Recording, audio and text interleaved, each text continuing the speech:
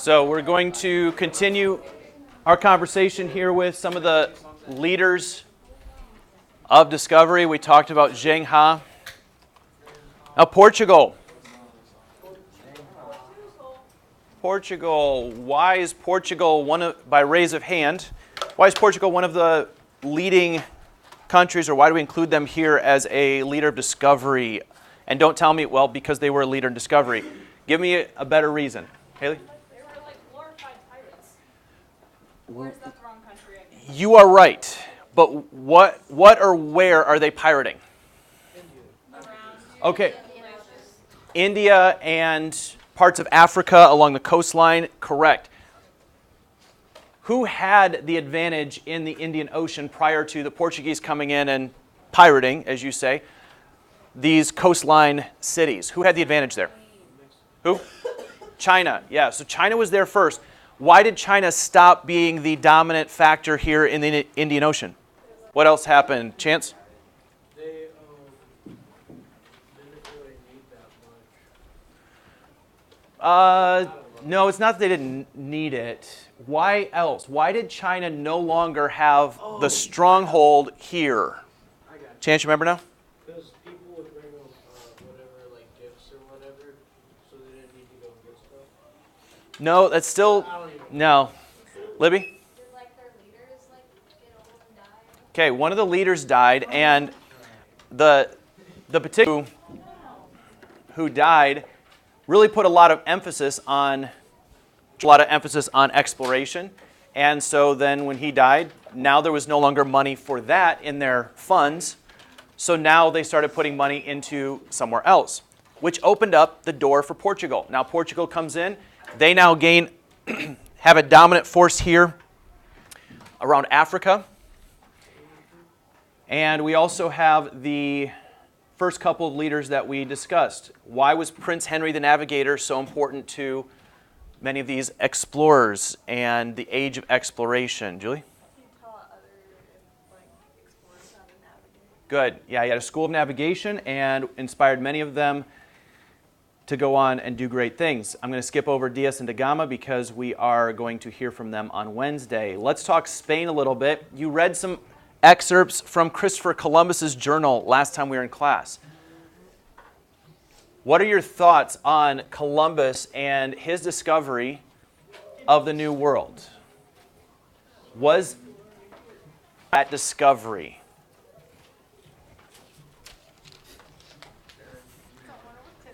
It does not want to stay awake.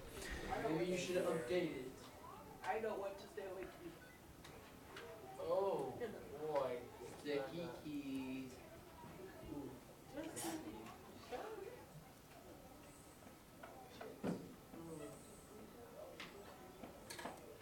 Okay, back to Columbus. Not algebra homework. Okay, so what was Columbus trying to portray in those excerpts? What was he trying to tell Ferdinand and Isabella about his journey? Rochelle? What do you remember from the journal? What was the description of the new world that he had discovered when he sent those letters back? He liked it a lot. Okay, what was there to like about it? Chance? The people didn't seem to know a lot about the technology that they had. True. Good. What else? The resources and the scenery. Okay, Libby? So when you were reading his journal, could you picture it? Could you visualize what he was describing? If you were taking time to read through it carefully, you should be able to because of the vivid imagery that he uses. Now, have any of you visited Cuba or El Salvador or seen pictures of it? Nope. Does it look similar to his description? So you might not know. See, that's something that I would think, okay, is Columbus right? Is it accurate? Now, I realize this is still 500, 600 years later, so times have changed. Scenery may have changed a little bit. There were some things that were very accurate. Was there gold? Was there silver? Libby? He talked about like the waterways and there being like a good trade route. Okay, there's definitely water there, but is there precious metals? Does he say there are? No. I'm pretty sure He doesn't. Okay. He says that he just like talked about how the scenery was so different between the two places that he went to, and like the people were like, "Oh, here, take everything I have," and that they hadn't seen weapons before. Right. But there was a reference to precious metals. And he did say that there's hope of that, but there is none. They don't find gold, they don't find silver there at all. And there's really no evidence that the natives had any in that particular region. That's further west. That's going to be over here, Mexico and Central America. They don't exist here in Cuba, Haiti, in the West Indies, Bahamas areas. So not on his first voyage. They would not have found that there. So Columbus comes back. Everybody's excited about what he's discovered. And he writes back, King and Queen Ferdinand and Isabella, they now believe that they have something. There's hope that they might find gold and silver. That's their motivation for sending these ships there to begin with. They are trying to get money. They don't really care about a new continent. They want the stuff on the continent. So then we get to the line of demarcation, and there's a major conflict between Spain and Portugal. They both exist on the same peninsula. Bonus points, remember the name of the peninsula here. Iberian. Gavin got it. Good. All right. So brownie points to Gavin. Bonus brownie points today. Now, Portugal and Spain, rivals and neighbors. They both want the same thing. They both want as much wealth as they can possibly obtain. Portugal is getting it from Africa right now. Spain looks at the promise of it over here in the New World. And now there's this debate and argument between the two of them as far as who gets access to what territories and land. The Pope steps in. Pope is of what religion? Thank you. Good. I'm glad we remember that. Okay. Spain is primarily of what religion? Catholic. Portugal, we've not really talked about them, but they're also Catholic. The Pope does not want these two countries fighting. He also does not want them going to war because he knows that his own pockets get filled with the benefits that Portugal and Spain make. So he wants them to settle this peacefully. So he writes the line of demarcation. This was actually Alexander the Sixth. Have we talked about that guy? No, not really talked about him yet. We're not going to talk a whole lot about him other than the fact that he is the one that issues the dividing line or the line of demarcation between Spain and Portugal. He is trying to avoid all kinds of disputes. Portugal believed that they needed to have sole access to Africa and access to India. Well, Spain wanted that same water route, and so they kept getting in fights here. Once Spain finds this territory over here, Portugal also believes that they should have access, and they start getting in fights over here. The Pope says, enough's enough. We're going to draw a line. Any of you shared a room with a sibling before? Okay. Your parents ever have to do that? We have to draw a line down the middle of your bedroom? Or in the back seat of the car, you draw that line. I remember doing this with my brother. We used to take long vacations, and it was just my brother and I, but we're back seat, four-door car, no minivan, no movies. We were just us in the car, and we had a line of demarcation between the two of us. And it was set usually very early on in our trip where I would say, okay, we'd find the little bead, the crease between the seats or the bead on the stitching the seats, and I say, okay, right there, that's your line. You don't get to cross it. Well, you have a little bit more space than I do. Yeah, I'm older. Deal with it, okay? So we would have a line there, and my brother was the type of antagonist where he would put his hands right up to the line. He would lean over, put his elbow right on the line, right up next to it. And he would say, I'm not crossing the line. But he was as far over as he could. So we'd be sitting there in the car. Oh, I know. It's my younger brother, okay? He's now a police officer. I don't mess with him. Okay, so we're sitting there in the car, and he's over here like this, and he's got a space of 18 inches between him and the door that's not being used. He's right up against my section. Now, technically, he is still on his side. And I'm looking over there, all that space, all that real estate that could be used. And that was just the way that he rolled. Now, if he would fall asleep kind of over by his door, I would take advantage of that neutral zone kind of in the middle, and I would spread out there, or I'd put my pillow down there and fall asleep in the middle, and then it kind of became a battle over that neutral zone. But I digress. Line of demarcation means that you divide up your section, and that line is the division zone where you are not to cross over. So I want to take a look at our map. As we look at our map, at this point in history, we know about this section here. That is firmly established. Explorers have mapped this out. We know this exists.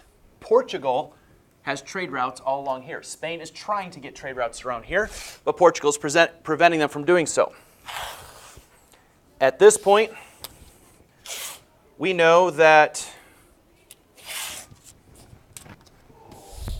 about this much of the New World exists. Nothing's been explored up here in Canada, United States area. We've explored some of Central America, but just barely into it, and we've explored a little bit of South America. That's what they believe exists. They have no idea that all of this exists. So the Pope says, let's divide the world in half.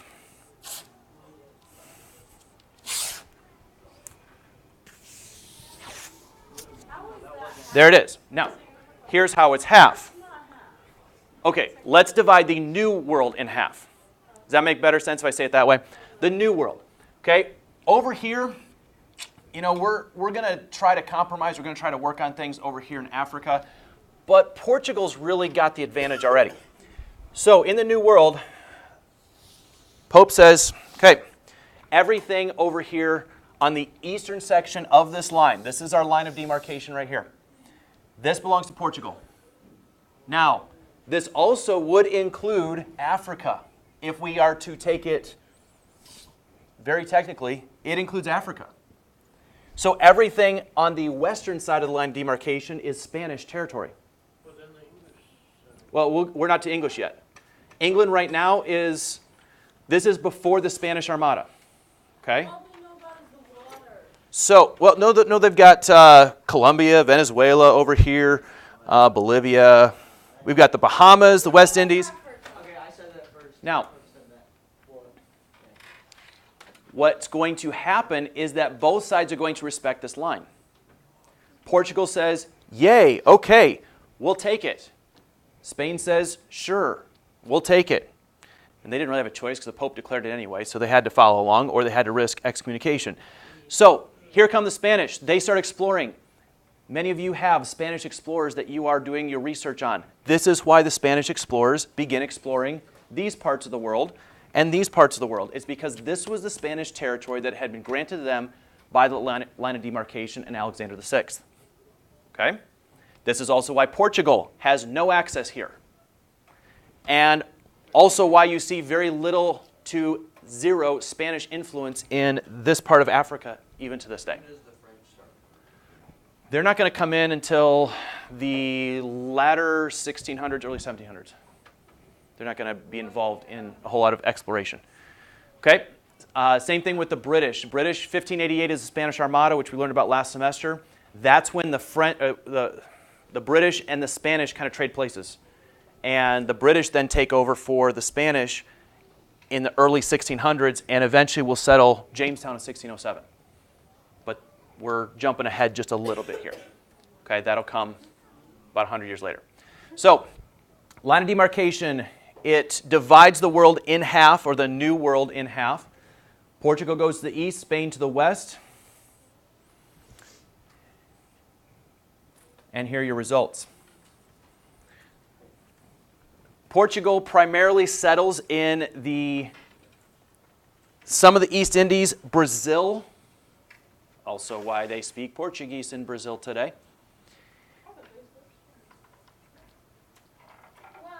We talked about that in geography. Yeah, we sure did. Was a long time ago. Yeah, it make me feel real good about what we accomplished last year. But so let's move on.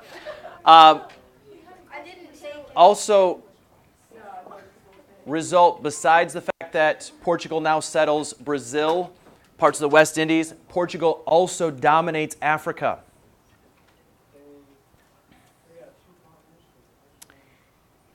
Second result. Where does Spain settle? Upper America. Okay, Spain is going to have access to all other parts of the New World, North and South America, except for Brazil. So Spain is going to have their influence here in Florida. Spain's going to have their influence in Mexico. Spain's going to have their influence in all of the other South American countries except for Brazil. That's why, once again, the major language of Central and South America is Spanish, even to this day. Chance? Your line's kind of off. My what? Your line. Yes, I realize that. It's like way off. Well, it's the best I could do it without having to analyze it real closely. Yeah. Okay. Yeah. Haters gotta hate, Captain. Would you like to teach this class? How Yes, close I would to like the to line teach the of class. being in trouble are you? Result number 3. That is Swedish fish face. Spain no longer is going to have access to an Spain does not have access to an eastern route, water route to India. Because Portugal has all of this, Portugal is going to defend that territory as if it belongs to them. They are not going to let Spanish ships sail this route to India any longer. So what options do you have if you are a Spanish ship? Sail around Russia. Die. No. How are you going to get to India if you can't go this way? Oh, yeah. Go this way. What? Can't you go through up there? Oh, Up here? no. Like the Up and around the other way. no. To your right. Up this way? Wait, at this point, do they know that? Can I just come up there? Yes. They know it's round. They do know it's round. Haley, come show me what you're talking about. How would you navigate this? Can I go talk to Mr. Johns about Here? having my computer? Or no? They don't have canals yet. Okay, I'm not yes, there you can all get the way. you can get to here. They I need can my still- Yes. Well, they can walk. But that right. And that's how many people were going. They were walking across That looks fast. these countries. It's not. Because of transportation systems, this is why they wanted to find a water route, because it was faster from here to go by water all the way around to get to India than it was to travel across land plus the water route across the Mediterranean here. Because you can move faster in water than you can walk by land. Plus you can load all of your supplies and everything on one ship. On land, you've got to load up wagon after wagon after wagon, plus you have to have animals, you have to feed them along the way. When they get here, can they go through the water? How are you going to get your ships over here? Steal one? Yeah, good luck. Wow. Okay. You have come up with a good solution. It's just, it's the same thing that they were trying to avoid from before, is traveling by water. So they want to have an all-water route because it's faster. So, Do they think they can go all the way Columbus around wasn't and get no, Columbus is not an idiot. And yes, they think that they can travel all the way from here. They think that they can get through here. Up to this point, they believe that they can get through Central America right here. And that they can continue on and that they will end up in India. like it'll go around? Yeah. They believe that India sits right about here. So this is the miscalculation where they misunderstood how wide and how big the world was. They thought India was just on the other side of this tract of land. They saw the water as they went up and navigated, and then they explored this set of countries here. They looked across, they could see the ocean on this side. They said, as long as we can find a water route through here, then we'll make it on the other side. I'm sure it's just not very far till we get to India, and we've circled around the world. Problem is, the Pacific Ocean is huge. Yeah, and you got all those sharks in there, too. They're gonna be traveling a while. Yeah. So that brings us to Ferdinand Magellan. Ferdinand Magellan was given the task of finding a route to India by sailing west. That was his job. And they sent him away. They said, we want you to continue sailing west, find that water route through the New America. So he begins sailing down these rivers in South America, thinking that one of these major rivers is going to lead him through the shortcut to get to the other side. Is there an I in Magellan or is it just L-A? There is no I in Magellan. Did we already talk about him? In geography, we talked about him. That's what I mean. Yeah. Magellan. So Ferdinand Magellan, he goes to South America. He is the one who names the Pacific Ocean, and he names it Pacific, which means peaceful, because he believed, and it really is, it is a more peaceful ocean than the Atlantic. I think so too. So there's less storms. It's an easier sailing, easier for sailors, more calm waters. The Titanic didn't sink there. Atlantic is colder, yeah. I wish the Titanic. Now, Pacific is bigger, so you've got that to cross over. Now, he makes it how far? Anybody remember from geography? Not very far. I didn't remember him in the first place. Okay. So Magellan here, he sails down the tip of South Africa or South America looking for a water route through. He does not find one until he gets to Tierra del Fuego at the bottom. He finally makes it through. Now he starts sailing, believing that he is about ready to get to India, right in this section here. At about the point where he thought he should be spying land and he never saw it, at that point he did not know what to do because he wasn't sure if he should continue moving forward, if he had enough food supply, and things got really bad. This was the guy who they ran out of food somewhere in this area, and so they started eating everything and anything that they could find on board. If you could find a rat, that was a delicacy, and you were in luck. Most of the rats have been eaten by the time they get out here in the middle of the Pacific Ocean. Many of them started boiling down some of the rope and putting it into a soup, and that was what they tried to nourish themselves off of any nutrients that they could get out of that rope. Eating rope? Like, It's basically the same as eating a Twizzler, though. Like, no, it's not. They didn't kill each other, right? Twizzlers They are were smart smart enough. enough. Right? They didn't go that At least they far. were smart enough not to eat each other. Now, They didn't eat each other. no, there, In the ocean. no. What about the fish? Are they stupid? They did eat each other? No, there was no cannibalism that happened with that. But they're still If- technically dying still because they're not Genre party? on an Right. ocean. So, well, they were able to squeeze a little bit out of that, out of the natural elements that were made in that. They could've given Um, Throw each other overboard when they die. What about yeah. spearfishing? So they would try and do some fishing, yes, but they didn't really have the equipment to do that, and so. You gotta go with your hands, man. Why didn't they bring the full on layer? You ever tried that? Backup plan. Not as easy as it looks. It's like grabbing shit. I think I may have shown this last year in geography, but it's well worth it watching it again.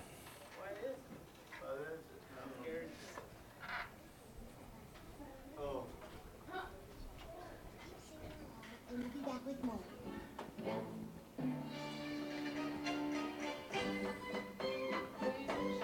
I didn't? There No. once was a man, his name was Magellan, a Portuguese skipper. The girls found him cute. He sailed with 5 ships to find the East Indies, then come back to Spain with a bounty of loot. Hi-yo, happy Magellan, starting your journey with hardly a care. Hi-yo, strong brave Magellan, you'll find the East Indies, you just don't know where. They crossed the Atlantic and spotted a country. Magellan said, It's the East Indies at last! but then someone shouted, hey, that's Argentina. Magellan got cranky and chopped down the mast. Hi-yo, settle down, Magellan. Put down that axe, there's no time to despair. Hi-yo, keep trying, Magellan. You'll find the East Indies, you just don't know where. A great storm arose in the mighty Pacific. The 5 little ships were diminished to 3. At last land was sighted, Magellan was happy. But then someone shouted, hey, it's chilling! Hi-yo, cheer up, Magellan. Check out your map and don't tear out your hair. Hi-yo, keep trying, Magellan.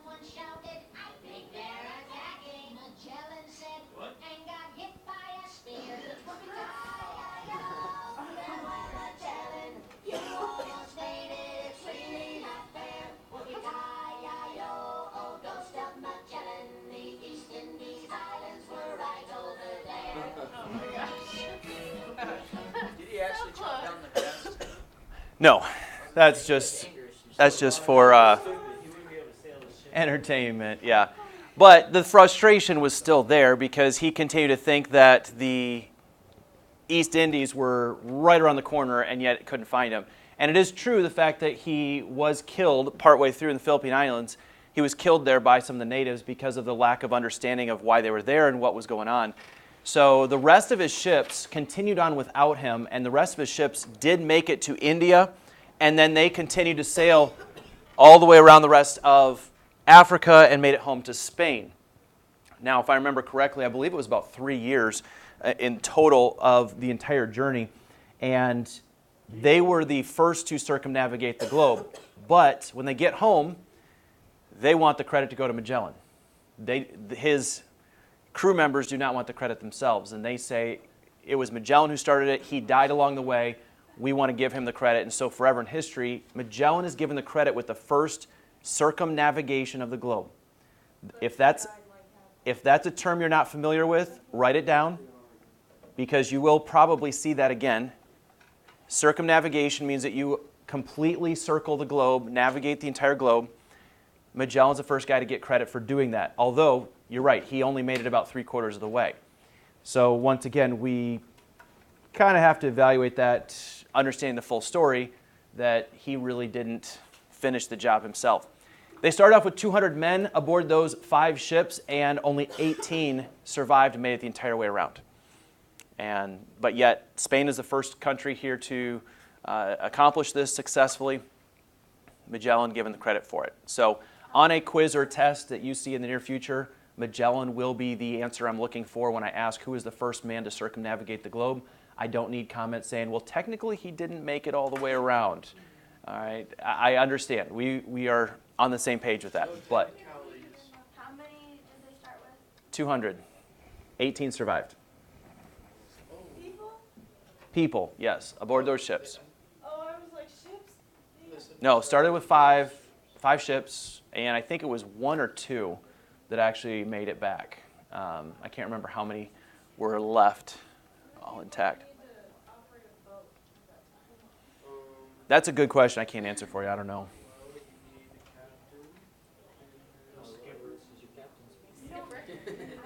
So, some of you asked a little bit about the Native Americans or American Indians or yeah, there's all kinds of different names that I keep hearing is politically correct. We're going to go with American Indians on this one today. So in North America, and I'm going to give you a few of the major groups that these explorers encountered and a couple of key things to remember about them.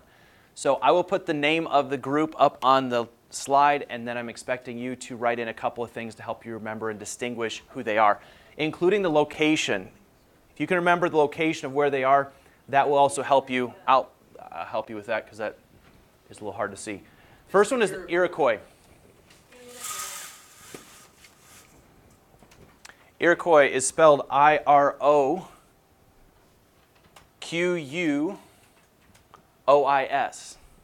Those are Iroquois Indians.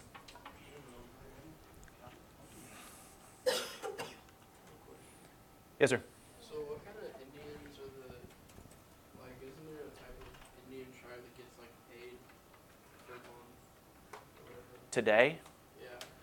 Yes. I couldn't tell you specifically which groups, but there have been a number of settlements between the U.S. government and American Indian tribes based off of the government's treatment of them, where they have agreed to give them monetary compensation.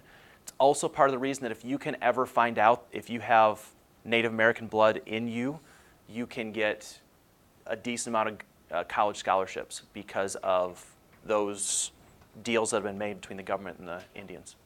Yep. On the PowerPoint, which color is orange? This one's red right here. The Iroquois. The circle that's up here.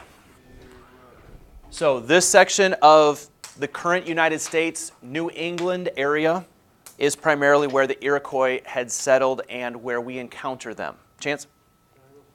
Sure. So Iroquois is going to be northeastern corner of the United States.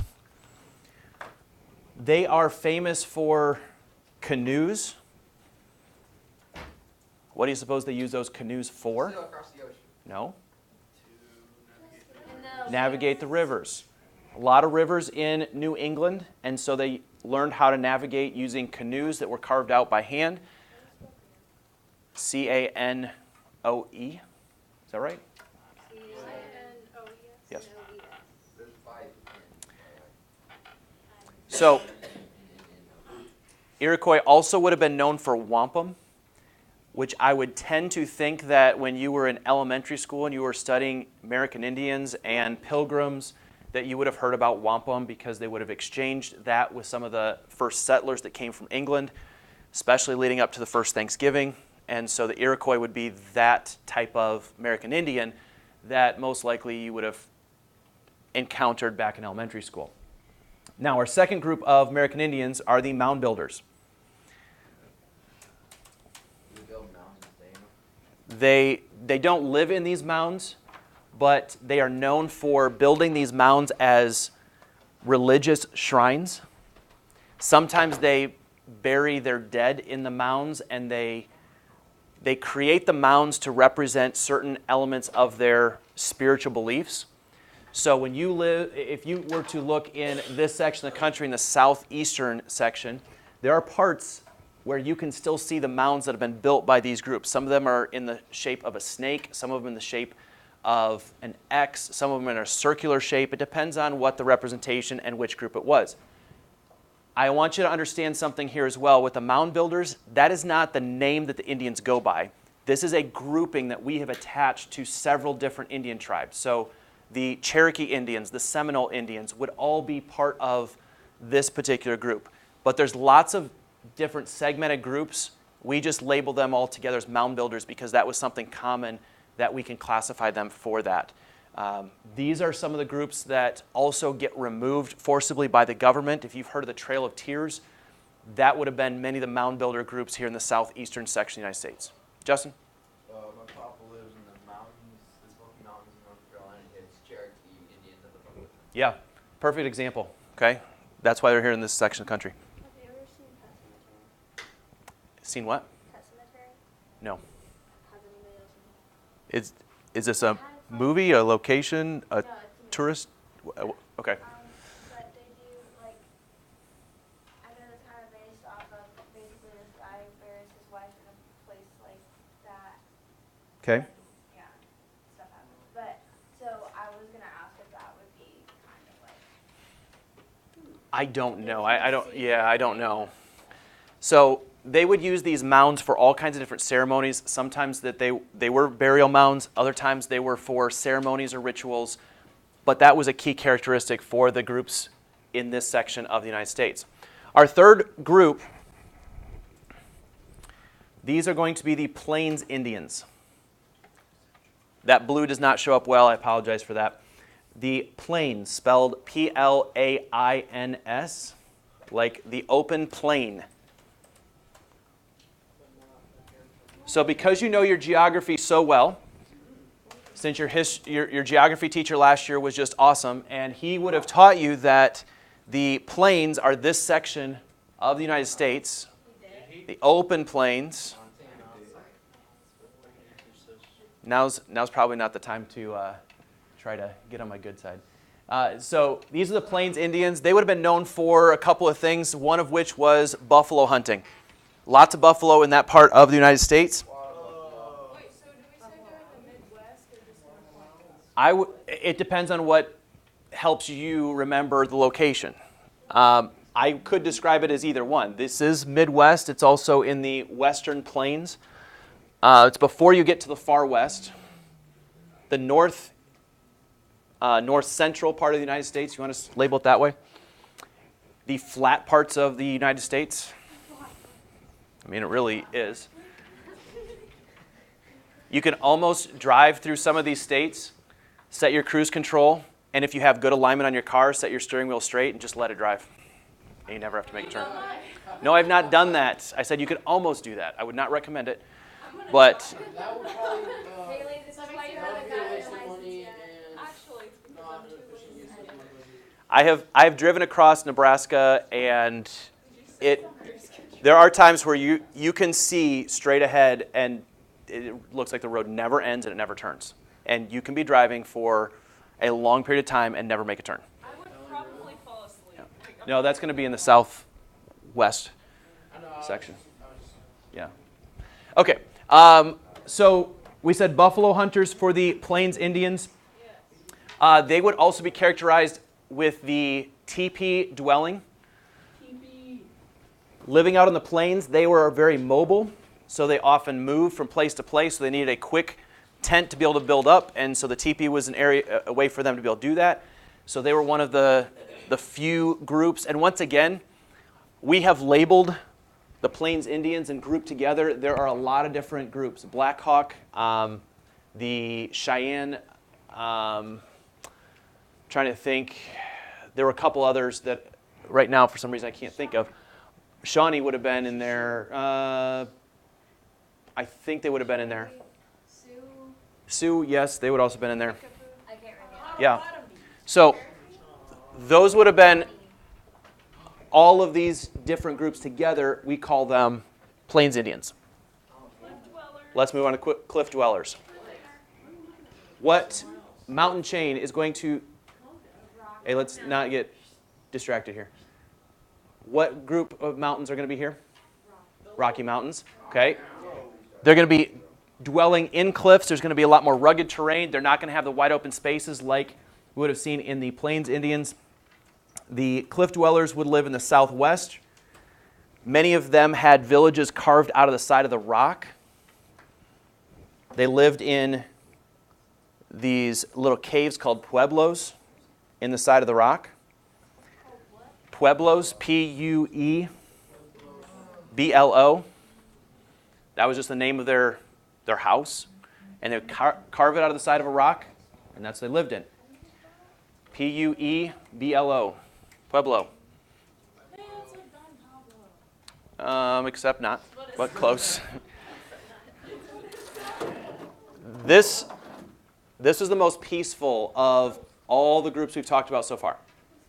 Generally speaking, this group of people were very amiable, friendly, not a whole lot of conflict with them. This is the cliff dwellers. Cliff dwellers are the most peaceful. They're the ones that carved homes out of the side of the rock called pueblos. That's because no one's going to climb up a cliff to save people. Maybe.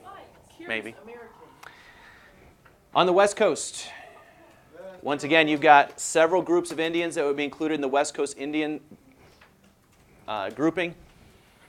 West Coast Indians were known for their totem poles. And even if you take a vacation out there today, or if you were to visit a reservation in the western section, they would have totem poles out there that would be a representation of their heritage and their history. They could actually build a totem pole for you and your family. I'm sure it's not cheap, but they could do that for you if you're on the West Coast. So we did not have a whole lot of conflict with West Coast Indians either, simply because of the fact that when most of the explorers got out here to the West Coast, many of the Indian tribes had already been pushed off of this land. By the time that we get to the United States being constructed, many of them have already been pushed away. Yes? Where do they go? South Africa. Some of them are pushed into reservations. Some of them go to Canada. Some of them start to assimilate or to group together with the Europeans that start coming, and they start building towns, and they just become more like them. Many of them are going to get pushed north into Canada or going to get relocated into reservations. When you get into U.S. history, you will spend more time talking about some of this and the way that they were treated by the U.S. government. The Canadians push them out too. No, Canadians leave them alone for the most part. The United States was really not very kind, nor were they very honest with the way they dealt with many of the Indians. So, yeah, some of them they did. There are a couple of instances where they literally lined them up next to a huge ditch and just shot them all, killed them. Now, they were exactly right. Yes. There's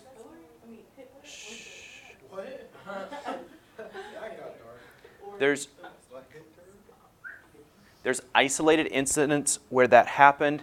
That was never condoned by the government. That was usually a group of soldiers that decided to take it upon themselves to go ahead and execute them, as opposed to force them to relocate. There were, in almost every one of those accounts and those stories, there was a reason why they opened fire on them. The one that I'm thinking of in North Dakota, they claimed, and the story goes, that they heard a gunshot while they were lining all the people up. They were getting ready to move them, and they heard a gunshot, and they didn't know where it came from. And the soldiers were so scared of an attack that they just opened fire, and they thought they were being attacked. So one of the saddest chapters in American history is the way that the U.S. government has dealt with the American Indians. There could be some comparisons made to the way that Hitler treated the Jews, and a lot of historians have made that connection. And that's part of the reason why the United States has then come back in the late 1800s and early 1900s and has tried to make things right. But of course, they can never undo what was done. So they've tried to give land back. They've tried to give money back. They've tried to give advantages to certain Native Americans that they had taken away from them. So we have made a lot of mistakes in the United States as far as our history goes in treatment of other people. This is just one more chapter in that. And I would encourage you to continue to pursue understanding that if you're interested in it. I took a whole semester in Native American history one year, and I thought it was going to be the worst semester of my entire college career. Turned out it was a very well done class and very intriguing because most of those stories you never hear about. We often skim over them and forget about them. So that's just a little bit into United States history and American Indians. Let's go into South America just briefly here. There are 3 different groups in South America that you should be familiar with. And once again, we are not going to do them justice by pulling together their entire culture here, but we are going to generalize. There are the Mayan Indians. And the Mayan Indians, they were right along the Yucatan Peninsula, modern-day Mexico.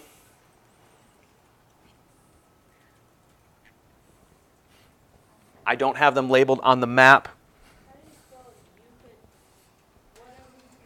Yucatan is Y-U-C-A-T-A-N.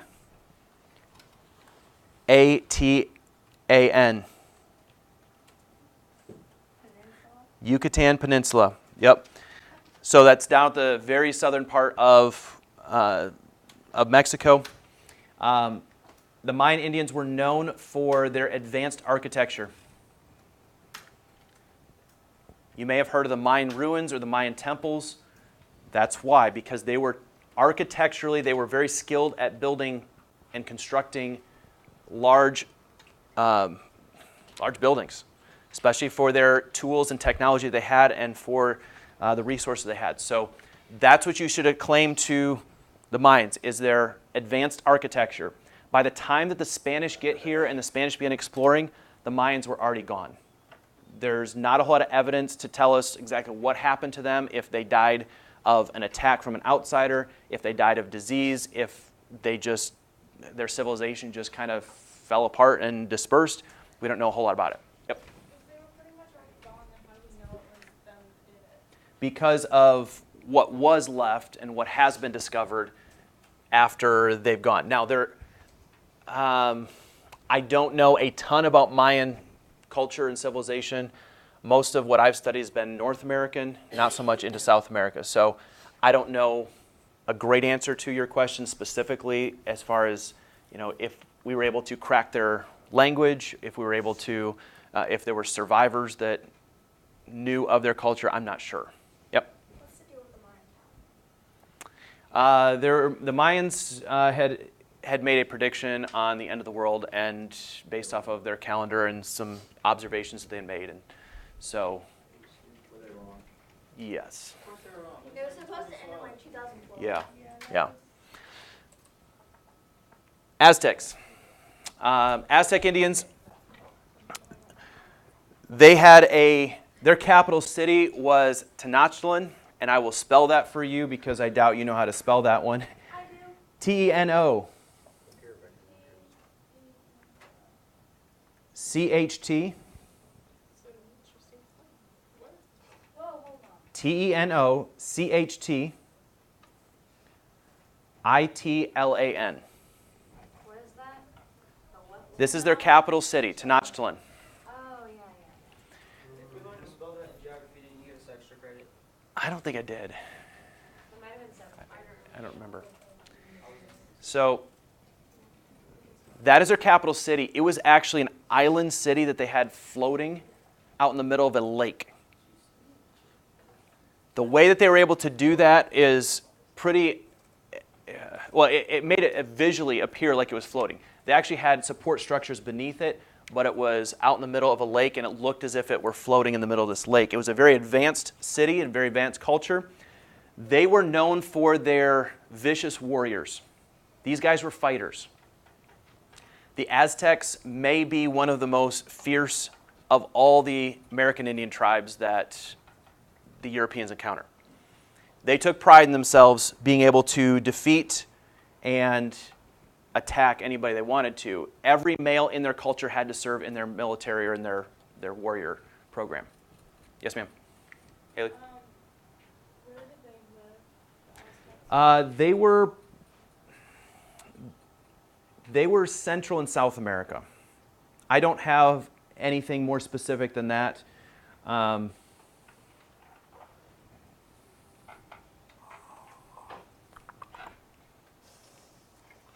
sure you can find something a little bit more specific, but I didn't include that. There were Indians that did that on the Amazon River, but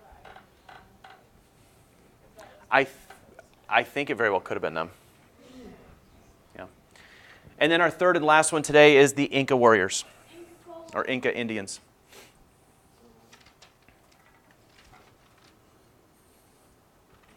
Now, the Incas would be modern-day Peru, South America.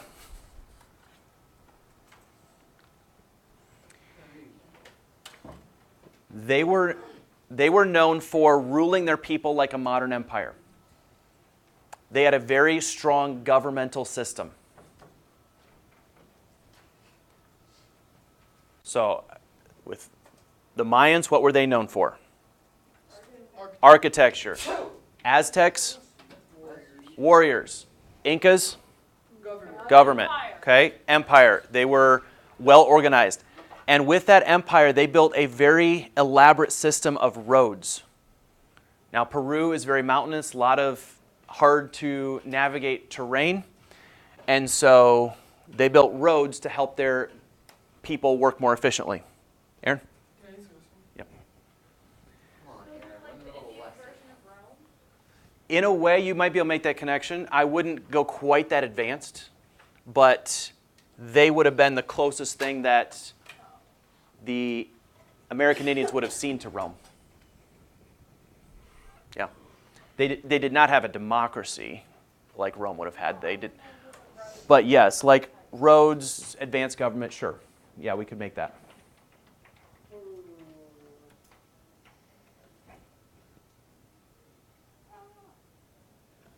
Hi, I'm John Green. Is it? Yeah, we're going to wait on him. We'll do that another day. What does that say? What did that? I was reading the picture. What is it? Oh, we'll come back to that. Don't worry. We'll come back to that another day.